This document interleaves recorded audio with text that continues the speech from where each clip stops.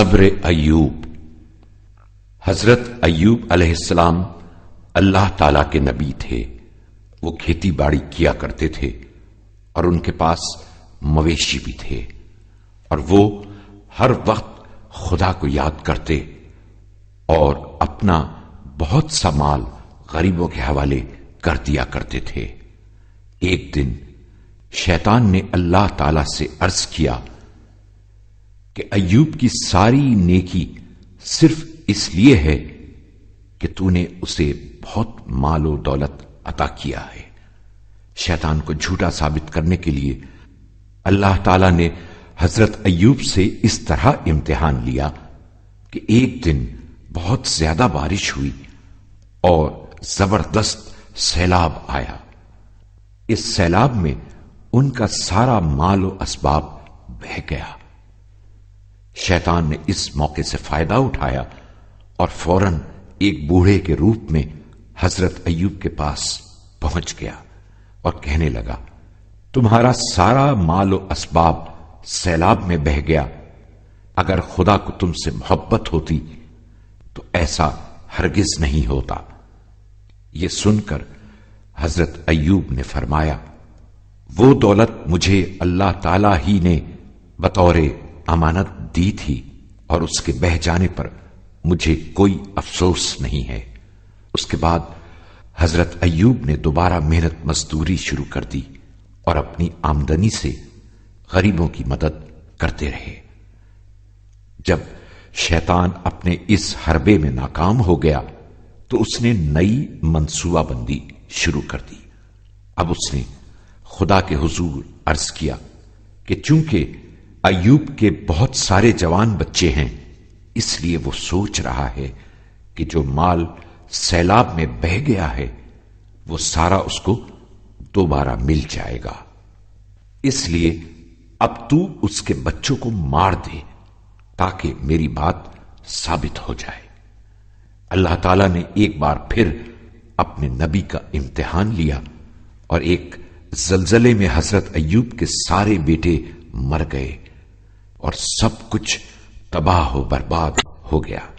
شیطان چاہتا تھا کہ حضرت ایوب اللہ سے دور ہو جائیں اور اس کی عبادت کرنا چھوڑ دیں، اس لیے وہ ایک بوڑھے کی شکل میں آپ کے پاس آیا اور کہنے لگا، اللہ نے تمہارے سارے بچوں کو مار دیا تو کیا تم اب بھی اس کا شکر ادا کرتے رہو گے؟ حضرت ایوب نے فرمایا، بچے میرے پاس خدا کی امانت تھے، وہ اس نے واپس لے لیے تو کیا ہوا؟ اس کے بعد وہ اللہ کی عبادت اور شکر میں مصروف رہے۔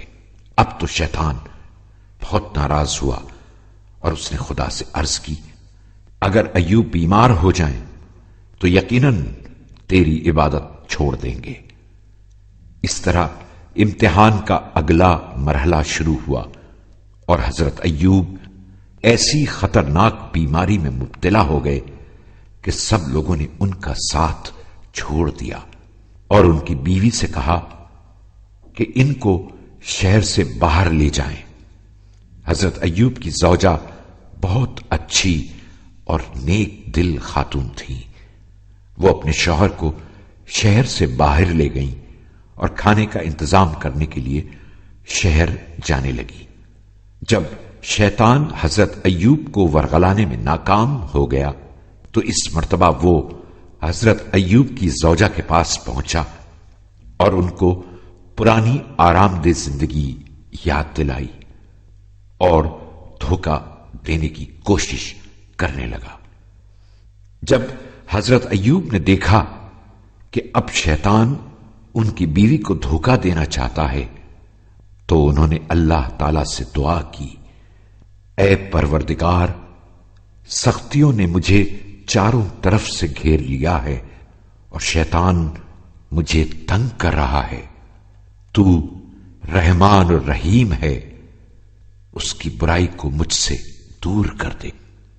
جب حضرت ایوب ہر آزمائش میں کامیاب ہو گئے تو اللہ تعالیٰ نے انہیں اپنے پیر زمین پر مارنے کا حکم دیا حضرت ایوب نے اللہ کے حکم کے مطابق عمل کیا تو زمین سے ایک چشمہ پھوٹ نکلا۔